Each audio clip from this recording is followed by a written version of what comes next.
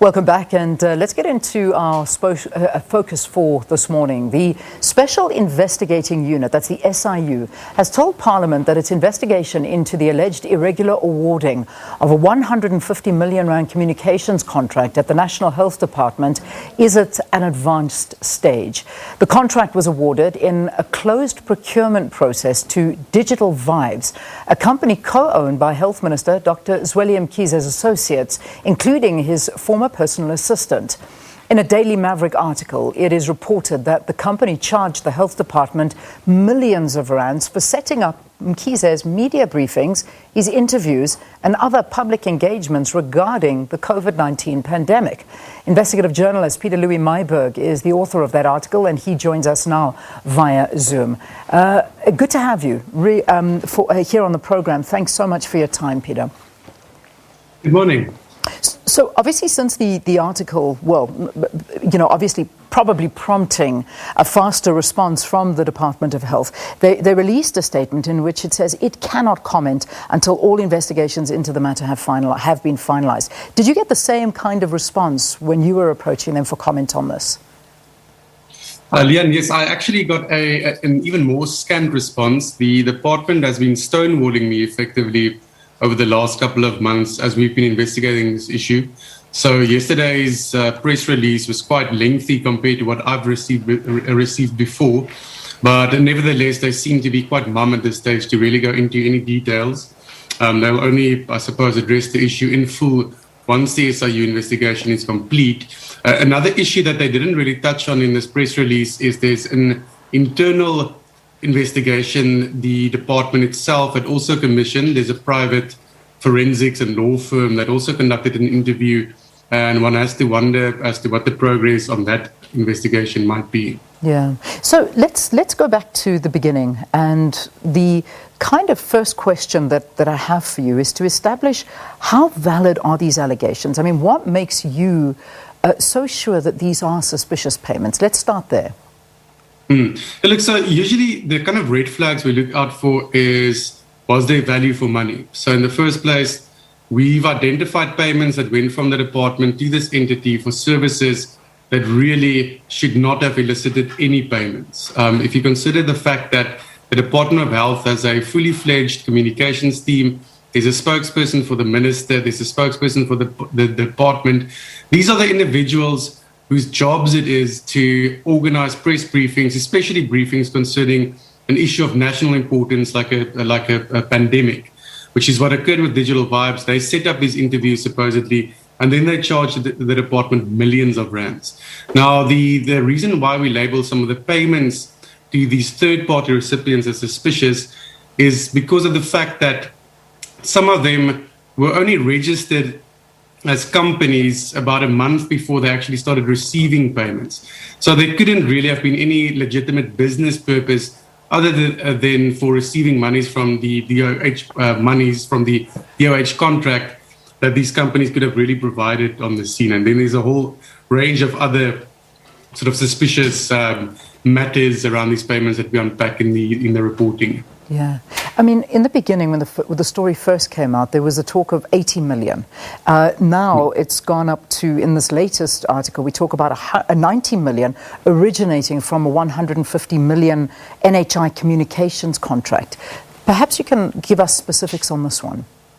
Yeah. So in February, when we initially broke this story, we had the figure of 82 million rand because we had to rely on a database that the National Treasury had released for COVID-19 expenditure. So that is where we found this entity, Digital Vibes, and the fact that it had supposedly received 82 million rand.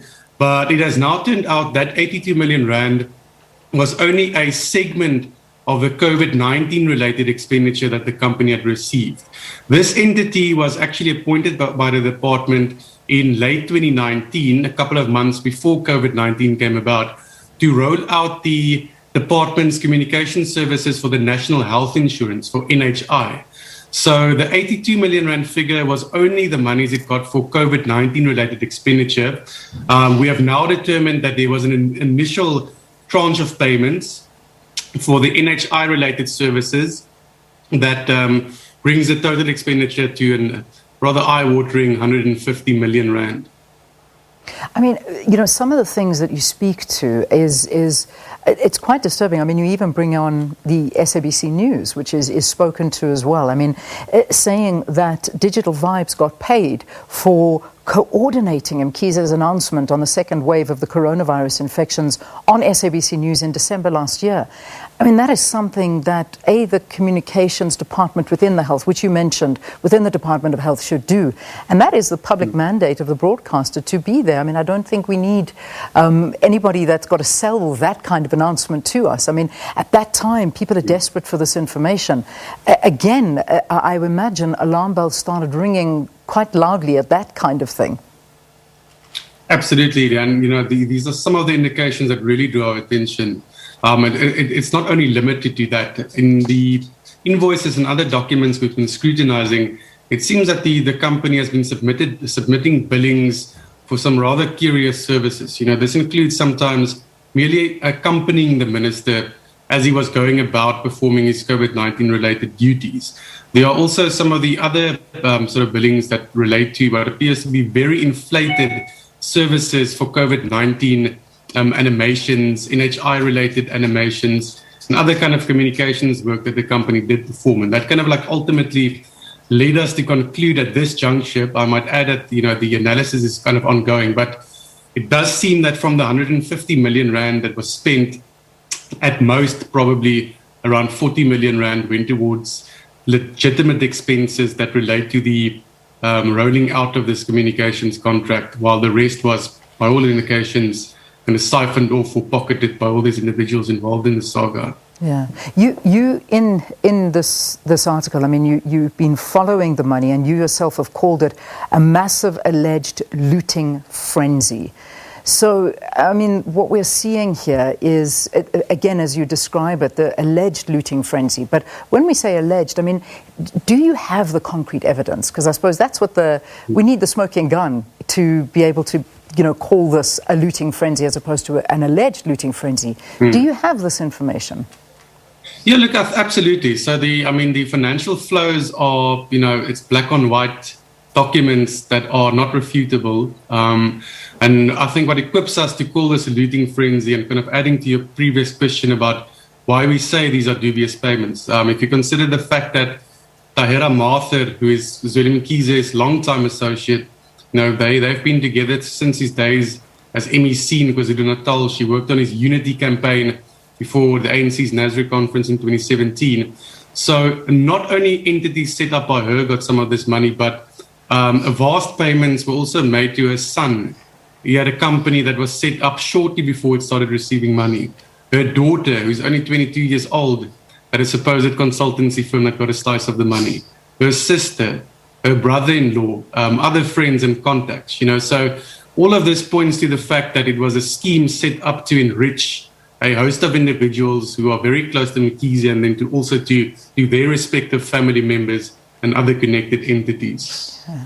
Some people would argue, however, I mean, it reminds me, going back to, the likes of sort of our former president, Jacob Zuma, once said that there's nothing wrong with Duduzane doing business with government.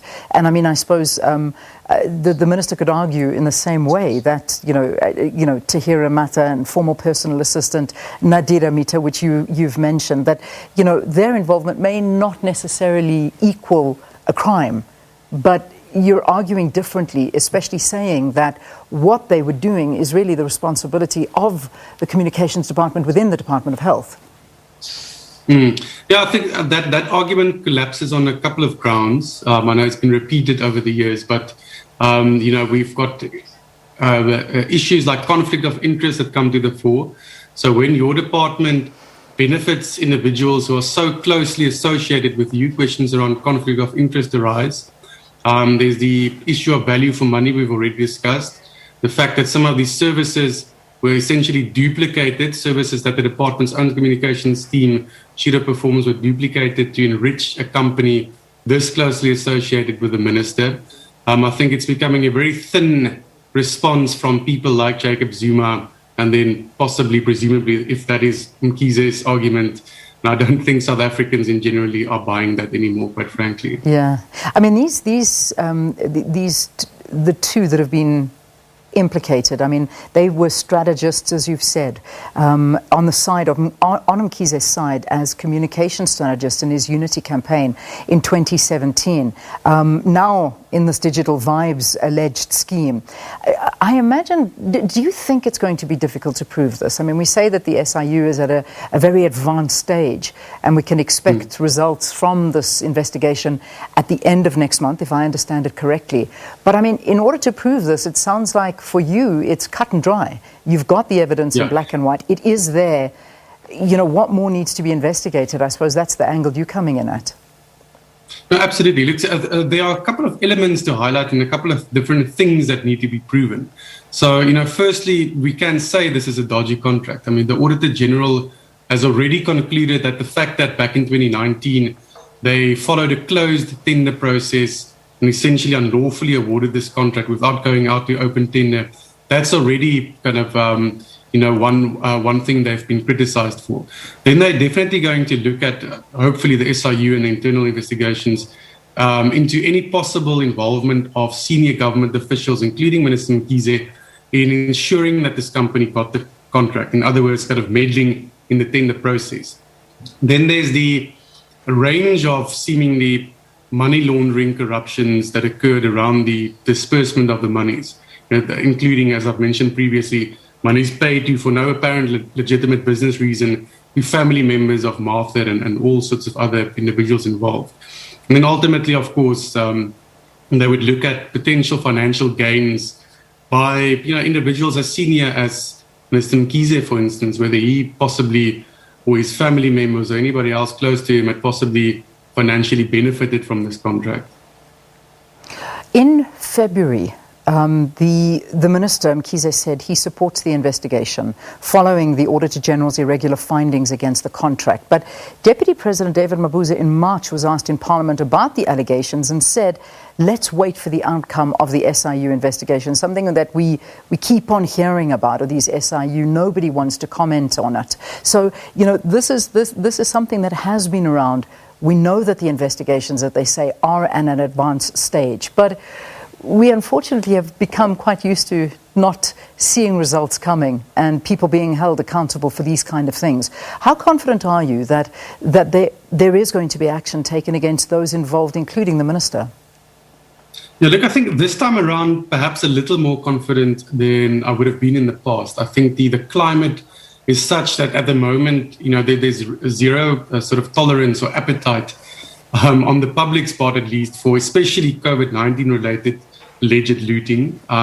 So, I think it's there should be pressure on the SIU that they're feeling at the moment to conclude or to conduct a very thorough investigation, which they hopefully are busy doing.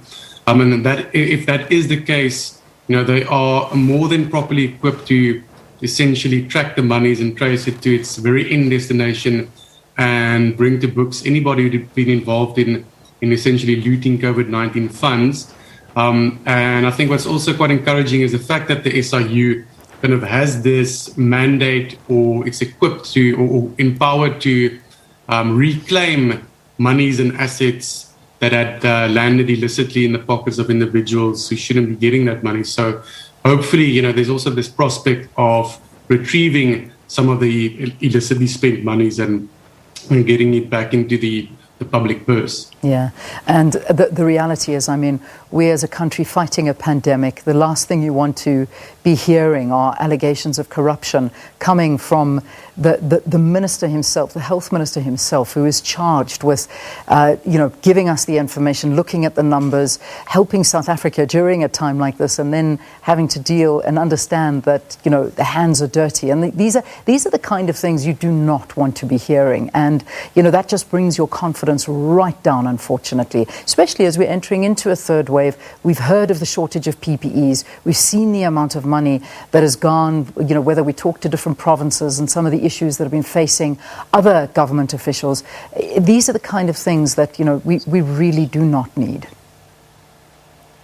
Absolutely. And I think, some of our colleagues in the media have been very critical of the government's communications abilities during the COVID-19 pandemic, especially coming from the Minister's office and the Department of Health. So it's a bit of a double blow to not only kind of assess their poor communications performance, but then to also now realize that that communication elicited or brought about a massive bill to the taxpayer in spending that really shouldn't have gone to a third-party entity, but should have remained in-house and should have and those functions should have been performed by the internal communications team and not a company set up by individuals who's that closely associated with the minister. All right, we'll leave it there. Pieter-Louis Myburgh, thanks very much for talking to us. If you haven't as yet read the article, it's available on the Daily Maverick. It's an expose, investigative journalist Pieter-Louis has been working on, and you can look at all of the details on that. But of course, the response from the Department of Health with regard to the silence, because there have been so many questions as to why are they not responding. They're saying they're waiting for the SIU to release its findings, which they say should be coming out in a month or so. We will then, of course, comment. That's what the Department of Health have said. Again, Peter, thank you very, very much for your time. All right.